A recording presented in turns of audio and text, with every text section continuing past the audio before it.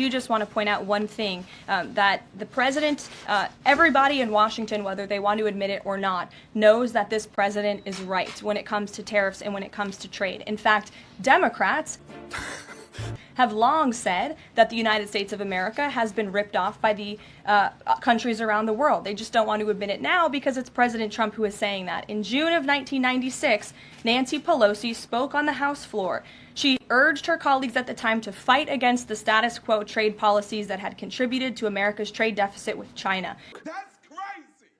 In fact, Nancy Pelosi said, how far does China have to go? How much more repression? How big a trade deficit? How many jobs have to be lost for the American workers?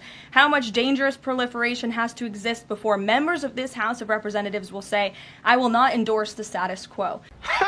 Those are the words of Nancy Pelosi in 1996. Well, President Trump is finally answering her call 27 years later. Nancy Pelosi can thank President Trump today for the 104% retaliatory tariff that will be going into effect on China. We don't care. Let me tell you. We don't care. In 2007, Chuck Schumer spoke of our nation's crippling trade deficit, saying these are the kinds of records the American people don't want us to be breaking.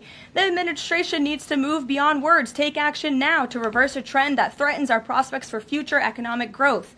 And Chuck Schumer said that in 2007. Finally, in 2025, President Trump is taking action. Recently defeated Democrat Sherrod Brown said on deficits in 2012 that our deficit then at China had reached an all-time high. What? And it was on pace to recede last year's record. The trade deficit had cost American workers millions of jobs at the time.